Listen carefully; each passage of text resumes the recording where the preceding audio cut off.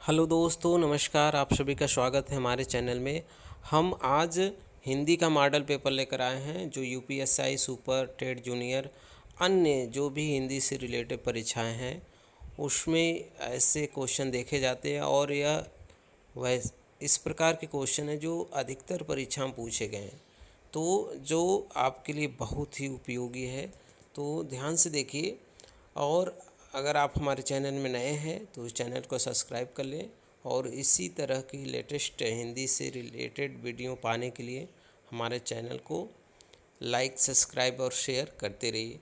तो आइए चलिए शुरू करते हैं हिंदी का मॉडल पेपर नंबर 1। ठीक, तो इसमें पहला क्वेश्चन है, अन्न को पचाने वाली अग्नि है जठराग्नि, दावाग्नि, दावानल, बड़वानल। देखिए, जो अन्न की पचाने वाली अग्नि होती है उसे कहते हैं जठराग्नि। देखिए, इसमें दावानल और बड़वानल इसमें लोग कंफ्यूज होते हैं, तो ध्यान लीजिए। बड़वानल मतलब समुद्र में लगने वाली अग्नि को क्या कहते हैं? बड़वानल। ठीक है। और दावानल जंगल में लगने वाली अग्नि को दावानल कहते हैं और अन्न को पचाने वाली अग्नि को जठराग्नि। देखिए, जठर होता है पेट, तो पेट से आप समझ जाएंगे कि पेट में जो अन्न पचता है उसे क्या कहते हैं? जठराग्नि। ठीक। और समुद्र बड़ा होता है तो बड़वानल, यानी समुद्र में लगने वाली अग्नि क्या होता है? बड़वानल। देखिए दूसरा प्रश्न देखिए, खेत रहना मुहावरे का शाब्दिक अर्थ है युद्ध में शहीद होना, इज्जत बच जाना। ऑप्शन सी है ज़मीन बिक जाना और ज़मीन खरीदना। तो खेत रहना मुहावरे का शाब्दिक अर्थ होता है युद्ध में शहीद होना। युद्ध में शहीद होना यानी जो युद्ध में शहीद हो जाता है उसके लिए जो मुहावरा है खेत रहना। ठीक, खेत रहना का अर्थ है युद्ध में शहीद होना। अगला प्रश्न है, कैंची किस भाषा का शब्द है? तो कैंची है ऑप्शन हिंदी, अंग्रेजी, पुर्तगाली और तुर्की। तो कैंची किस भाषा का शब्द है? हिंदी, अंग्रेजी, पुर्तगाली, तुर्की। तो कैंची तुर्की भाषा का शब्द है। कैंची किस भाषा का शब्द है? तुर्की भाषा का शब्द है। ठीक, इसी प्रकार के क्वेश्चन आप अपने से भी करते रहिए। अगला प्रश्न है, निम्न में से एक अल्प प्राण ध्वनि है। ऑप्शन है क, ख, घ और ध। देखिए, हर वर्ग का पहला, तीसरा, पांचवा अल्प प्राण होती है, तो इस हिसाब से जो पहला ऑप्शन क है वह सही होगा।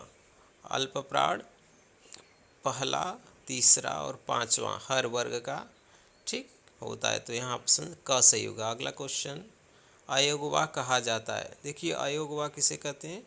जिसका अयोग, जिसका न तो स्वर में योग होता है न तो व्यंजन में योग होता है, उसे अयोगवा कहते हैं। इस प्रकार के दो स्वर हैं, अनुस्वार और विसर्ग को अयोगवा कहा जाता है। तो यहाँ ऑप्शन में ए यानी विसर्ग है, तो यहाँ पे ऑप्शन ए सही हो जाएगा। तो अयोगवा है, विसर्ग को कहा जाता है अयोगवा। विसर्ग और अनुस्वार दो को अयोगवा कहा जाता है।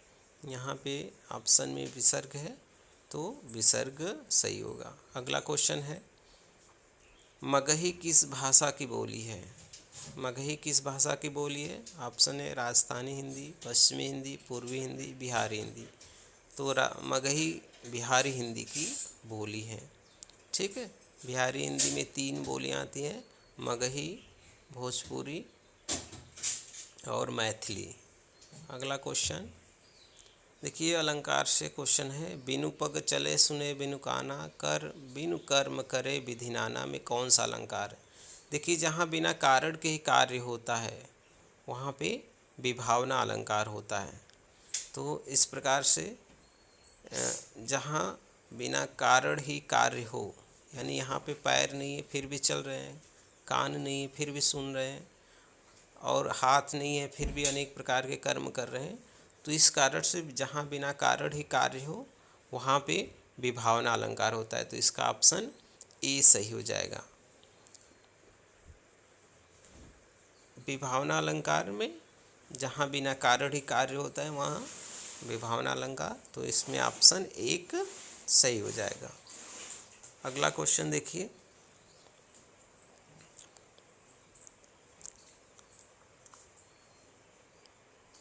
कुंडलियाँ किन छंद से मिलकर बना है। देखिए दो प्रकार छंद होते हैं जो दो छंदों से मिलकर बने होते हैं, कुंडलियाँ और एक आता है छप्पय। तो कुंडलियाँ दोहा और रोला से मिलकर बना है, तो इसलिए ऑप्शन यहाँ पे ये सही हो जाएगा। देखिए जो छप्पय है वह रोला और उलाला से मिलकर बना होता है, इसका ध्यान रखिए। ठीक है, तो कुंडलियाँ दोहा और रोला से मिलकर बना होता है और छप्पय रोला और उलाला से, तो यहाँ पे ऑप्शन एक सही हो जाएगा। अगला क्वेश्चन, निर्वेद किस रस का स्थायी भाव है। निर्वेद शांत रस का स्थायी भाव है। निर्वेद किस रस का स्थायी भाव है, ऑप्शन बी सही हो जाएगा, शांत रस। देखिए करुण रस का स्थायी भाव शोक होता है, अद्भुत रस का विस्मय होता है, भयानक रस का भय होता है। और यहाँ पे पूछा है निर्वेद किस रस का स्थायी भाव, तो शांत रस का। अगला क्वेश्चन देखिए, तोता डाल पर बैठा है, इस वाक्य में कौन सा कारक है। ऑप्शन है करण कारक, संबंध कारक, अधिकरण कारक, अपादान कारक। देखिए जो आधार को व्यक्त करता है, तो तोता का डाल पर बैठने का आधार क्या है। ठीक है, वह डाल पर बैठा यानी उसका आधार है, तो जिस प्रकार जहाँ पर दिखाई दे वहाँ पे कौन सा कारण होता है, अधिकरण कारक। इसका चिन्ह होता है में पर, यानी जैसे वह घर में है तो भी अधिकरण कारक, वह डाल पर बैठा है। ठीक है, यहाँ में अगला क्वेश्चन, प्रत्यक्ष में संधि है, गुण दीर्घ अयादि यड़। देखिए प्रत्यक्ष में संधि है यड़ संधि। ठीक है, प्रतिधन अच्छ होगा, तो जहाँ पे इको यड़चीस का सूत्र होता है उसके अनुसार यह त यम ई या में बदल जाएगा, इस प्रकार यहाँ यड़ ऑप्शन सही है। अगला क्वेश्चन है, अज्ञेय को किस कृति पर साहित्य अकादमी पुरस्कार मिला। ऑप्शन ए है आंगन के पार द्वार, ऑप्शन बी है कितनी नावों में कितनी बार, ऑप्शन सी चिंता, डी चिदम्बरा। तो अज्ञेय को कितनी नावों में कितनी बार इस कृति पर साहित्य अकादमी पुरस्कार मिला है। ठीक है, ध्यान रखिएगा, कितनी नावों में कितनी बार पर अज्ञेय को साहित्य अकादमी पुरस्कार मिला है। अगला क्वेश्चन देखिए, एक भारतीय आत्मा किस कवि को कहा जाता है। ऑप्शन है ए महादेवी वर्मा, बी भगवती चरण वर्मा, सी माखनलाल चतुर्वेदी और डी मैथिली शरण गुप्त। तो एक भारतीय आत्मा माखनलाल चतुर्वेदी को कहा जाता है। माखनलाल चतुर्वेदी को एक भारतीय आत्मा के नाम से जाना जाता है। देखिए महादेवी वर्मा को आधुनिक युग के मीरा के नाम से जाना जाता है और मैथिली शरण गुप्त को राष्ट्र कवि के रूप में जाना जाता है। अगला क्वेश्चन देखिए, आषाढ़ का एक दिन के नाटक के लेखक कौन है। ऑप्शन है Mohan Rakesh, option B Surendra Verma, option C Bhisham Sahni, option D Upendra Nath Ashk. तो आषाढ़ का एक दिन मोहन राकेश का नाटक है, तो इसका ऑप्शन ए सही हो जाएगा। ठीक, इनके तीन नाटक हैं, आषाढ़ का एक दिन, आधे अधूरे। ठीक है, अगला क्वेश्चन देखिए, मैला आंचल किस प्रकार का उपन्यास है। ऑप्शन है ए दार्शनिक उपन्यास, बी सामाजिक उपन्यास, सी आंचलिक उपन्यास, डी ऐतिहासिक उपन्यास। तो मैला आंचल एक आंचलिक उपन्यासकार है।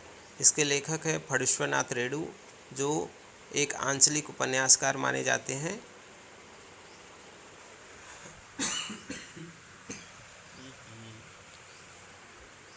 अगला क्वेश्चन, संस्कृति के 4 अध्याय किसकी रचना है। संस्कृति के 4 अध्याय ऑप्शन ए है मैथिली शरण गुप्त, डी बी रामधारी सिंह दिनकर, सी जयशंकर प्रसाद। और संस्कृति के 4 अध्याय किसकी रचना है। Option A Maithili Sharan Gupt, Ramdhari Singh Dinkar, Jaishankar Prasad, Sumitranand Pant. तो संस्कृति के 4 अध्याय रामधारी सिंह दिनकर की रचना है। ठीक है, अगला क्वेश्चन देखिए,